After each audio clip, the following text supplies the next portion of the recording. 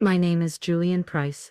I'm 38 years old, and not long ago I stood on the sidewalk staring at the house that built me, only to find someone else's name on the mailbox. I grew up in that house. My entire childhood was wrapped in the scent of pine from the backyard, the creak of the porch swing, the sound of my mother calling me in for dinner. My father built that home with his own hands, plank by plank, nail by nail, back when things like legacies still meant something. And after he passed, I thought that legacy was mine to protect. I was wrong. I had been living out of state for several years, building my own career in real estate development. I wasn't flashy about it. I didn't post on social media. I worked hard, invested smart, and kept to myself. I sent money home when my mom needed it, helped with the roof repairs, paid off a few surprise debts when I could, but I never expected to be cut out of the one thing I thought I'd inherit without question: the house on Ridley Street, the one my father built, the one I bled in, cried in, grew up in. I came back for a visit one autumn. The air was crisp, and the leaves had just started to turn. I stopped by the old house expecting to surprise my mother, but when I walked up the steps, something was off. The curtains were different, the porch swing was gone, and when I rang the bell, a stranger answered. "Can I help you?" she asked, polite but guarded. I stared at her stunned. "I'm looking for Carol Price," I said. "She doesn't live here anymore," the woman replied. "We bought the place last month." I thought it had to be a mistake, a misunderstanding. I called my sister Serena. She answered with her usual clipped tone. "Oh, that. Yeah, we sold it. No warning, no discussion, just gone." They had taken the only place I ever truly felt rooted and sold it like it was some worn-out piece of furniture. "It was easier this way," she said. "You're always so busy." And just like that, I was the outsider to my own history. I sat in my car for a long time after that, my hands gripping the wheel, not angry, not yet, just hollow. That house was supposed to be a piece of him, of us, but it had been erased, signed away, boxed up, replaced. Not even a phone call, not even a message. And the worst part, they didn't think I'd care, or worse, they didn't think I could do anything about it. They were wrong. I didn't yell, I didn't confront, I didn't even ask why, because I knew something my family had clearly forgotten. I had spent the last decade becoming someone who could change everything with one decision, so I made it. Right then, sitting in the driver's seat, parked in front of the house I no longer owned, I decided to buy the entire neighborhood. I drove around that block for hours after making the decision, not out of spite, but out of focus. I needed to know the layout, the condition of the homes, the direction of the market.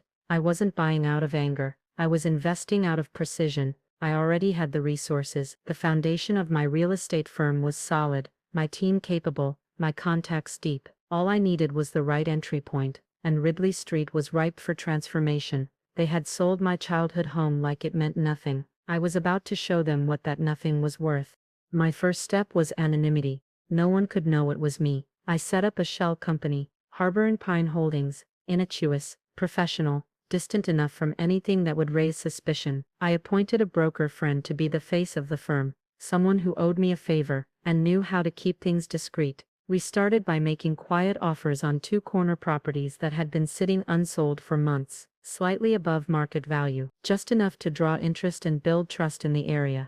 The homeowners started talking.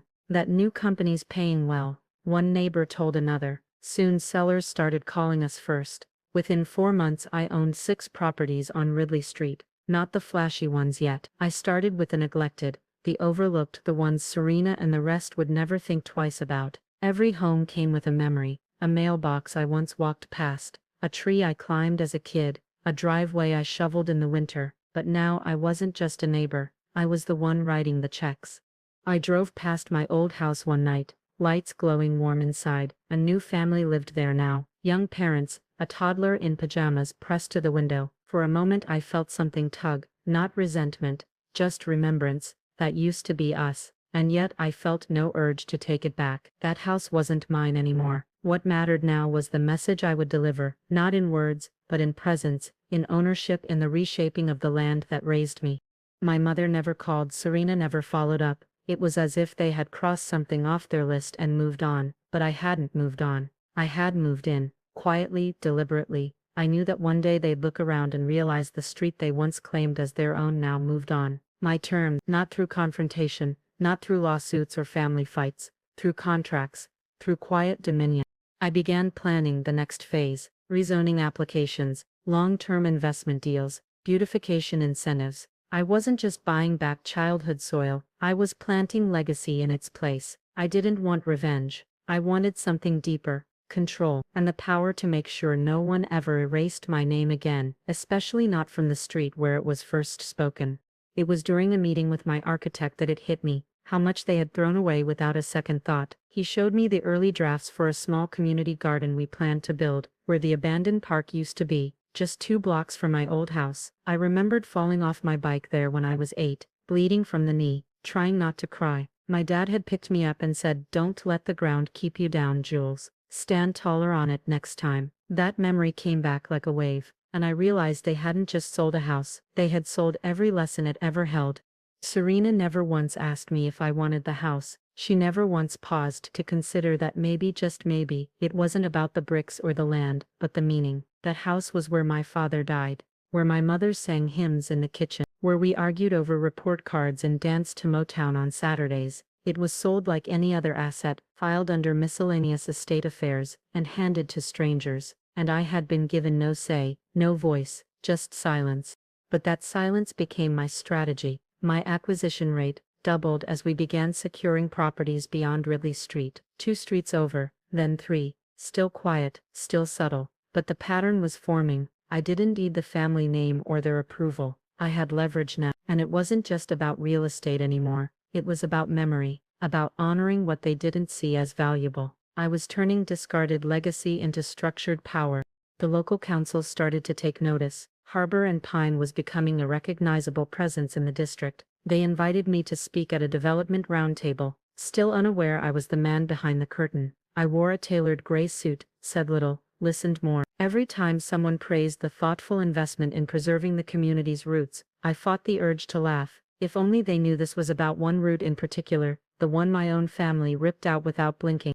That night I sat in the garden behind one of our newly purchased homes. It was quiet, except for the hum of insects and the low rustle of the wind. I thought of my father again, how hard he worked to keep that house upright, how much he poured into us, into the foundation of everything we had. He had trusted us to protect it, and we failed him. But maybe this was my way of repairing that failure, not by reclaiming the past, but by rewriting the future around it.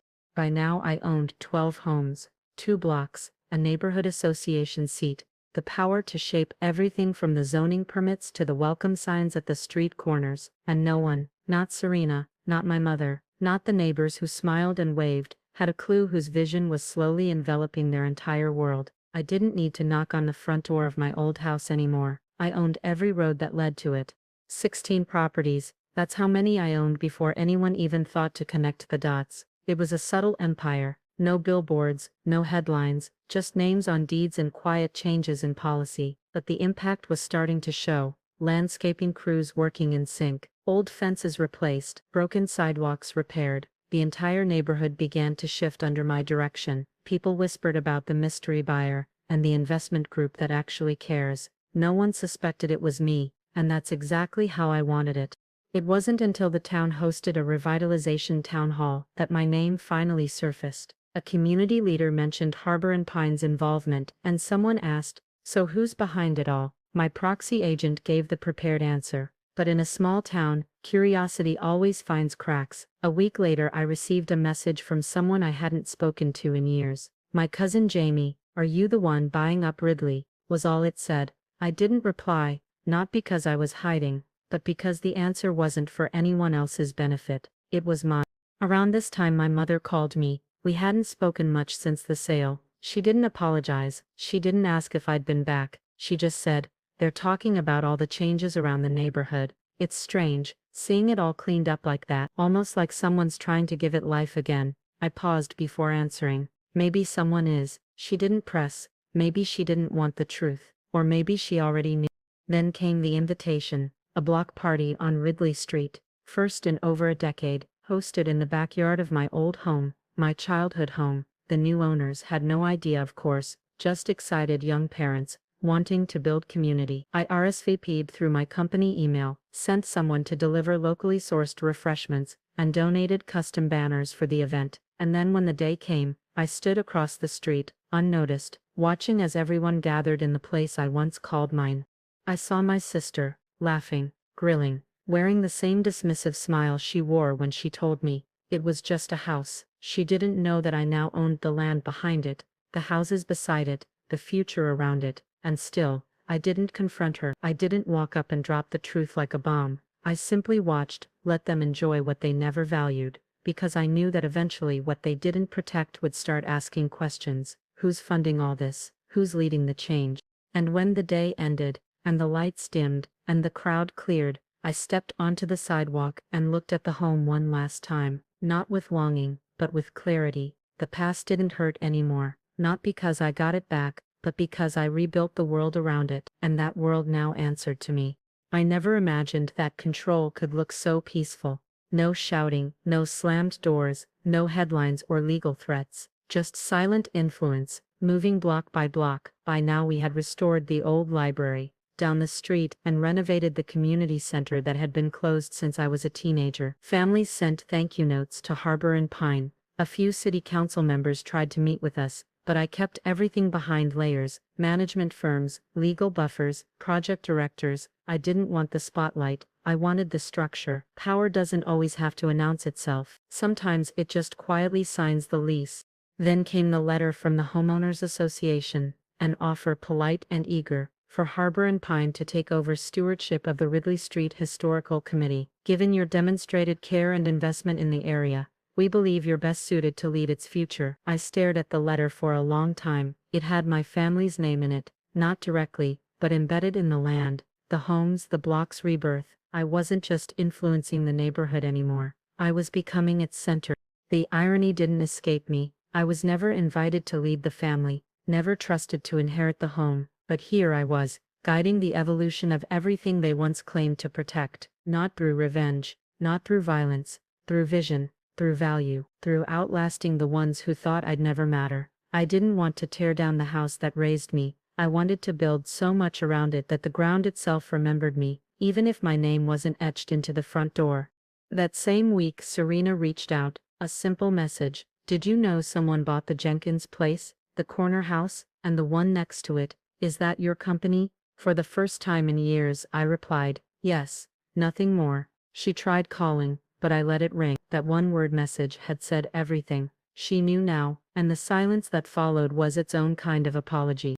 The new family living in our old house hosted another gathering in early spring, a community cleanup day. This time I went quietly, no announcement, just gloves, a rake and work boots. People smiled and nodded. The new owner offered me lemonade, not knowing who I was. We picked weeds along the same fence my dad once painted. I looked around and realized something beautiful. The street was better than it had ever been, not because it had changed hands, but because it had finally been held with care. As I packed up my tools and walked back to my car, I saw Serena on the sidewalk, watching me. We locked eyes for a brief second. She didn't wave, she didn't smile, just stood there, blinking, processing. She knew, and for once, she understood. I didn't need a seat at the table. I was the foundation it stood on. Owning the neighborhood wasn't about revenge anymore. Somewhere between the 5th and 15th deed, the bitterness had melted into something clearer: purpose. I didn't want them to suffer. I wanted them to see the value of what they tossed aside, see the silence they left me in, see how much strength can grow in a person who's been left out long enough to grow roots elsewhere. I had become the ghost of everything they sold, not haunting them, but surrounding them. One morning, the local newspaper ran a feature titled, "The Quiet Investor Behind Ridley's Rise." It named Harbor and Pine. It detailed our projects, our impact, but they still didn't name me, and that's what made it perfect. Serena sent the article to our family group chat. With a simple "wow," I replied 2 hours later. You helped make that possible. It wasn't sarcasm, it was the truth. Her decision to sell the house broke something, but that break became the blueprint. My mother eventually called again. Her tone was different this time, warmer, tired. "I had no idea what you were doing," she said. No one did. I could hear something in her voice, regret, maybe, or awe. "Are you angry?" she asked. I looked out the window at the garden across the street. Kids were playing where weeds used to grow. "No," I said. "I'm just done needing anything from anyone who didn't see me when it counted." I offered to buy her a place closer to the park, just 3 blocks from our old house. She hesitated, then agreed. No pride, no conditions, just acceptance. When she moved in, she wept quietly in the kitchen. Your father would have been proud, she whispered. I didn't respond right away. I was afraid if I did, I'd cry too, not for the loss, but for how long I had carried it alone. The weeks passed, and the season turned. I hosted my own gathering, nothing formal, just food trucks and jazz on the lawn of one of our newest properties. The neighborhood showed up in full. Old neighbors, new families, a few former skeptics. People laughed, danced, hugged. The block felt alive in a way it never had, not even when I was a kid. As I stood at the edge of the crowd, someone asked, "Are you the one behind all this?" I smiled. "Just someone who grew up here," I said, "someone who came back when it mattered." That night I walked past the old house one more time. The porch light flickered on as motion sensed my presence. It wasn't mine anymore, but I didn't need it to be. I had reclaimed something bigger than walls or deeds. I had reclaimed the right to exist here, not by inheritance but by intention.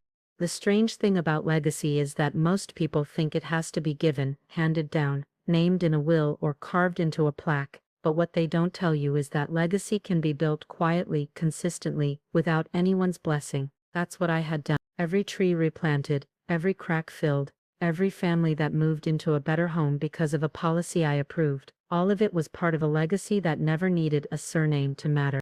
By now the city recognized Harbor and Pine as a model for ethical redevelopment. We weren't just restoring a neighborhood, we were showing what intentional ownership looked like. I was invited to speak at the mayor's forum on housing reform. I almost declined, but then I thought about my father. He wasn't one for speeches, but he believed in actions that lasted. So I stood up on that stage and shared my story, not the names, not the betrayal, but the blueprint, what happens when one person refuses to let the past be the end. People began sending letters, not to my company, to me, families who'd lived in the neighborhood for decades, thanking me for giving them something they thought was long gone. Hope, a retired teacher wrote, "I thought my street would die with boarded-up windows, but now I sit on my porch every evening and feel like the world is moving again." I read that one 3 times, then I framed it and placed it next to my father's old hammer, the one tool I took with me when I first left. Serena, of course, never thanked me, but she didn't argue either. She moved away 6 months after the second park was built. Maybe it was too much to live in a place rebuilt by someone she tried to erase, or maybe she just couldn't look at what I'd become. Either way, her silence was a quiet surrender, and I had no desire to fill it. Some things don't need closure, just distance. My mother settled into her new home with surprising ease. She tended to the flowers outside, joined a gardening club, and waved to neighbors like she'd lived there forever. One afternoon I found her sitting on her porch steps, looking toward our old house. "I didn't think you'd forgive us," she said softly. I sat beside her. "I didn't," I replied. "I just stopped waiting for the apology, and decided to build something better instead." The sun dipped low that evening, casting a golden haze across the block. Kids raced their bikes, couples strolled hand in hand, and somewhere behind every front door, lives were quietly unfolding in a place that only existed because I never gave up on what it once meant. That's what legacy really is. Not something you're handed, something you prove street by street, brick by brick. The final home I purchased wasn't the most expensive or the most impressive. It was the smallest one on the block, the one with peeling shutters and a crooked mailbox. But it had history. It belonged to the Wilsons, an elderly couple who used to invite me in for lemonade when I rode my bike past their yard as a kid. I bought it at full asking price, then surprised them with a life lease. "You'll never pay rent again," I told them. They wept, not because of the money, but because someone remembered, and that more than titles or speeches, was what this whole thing had always been about.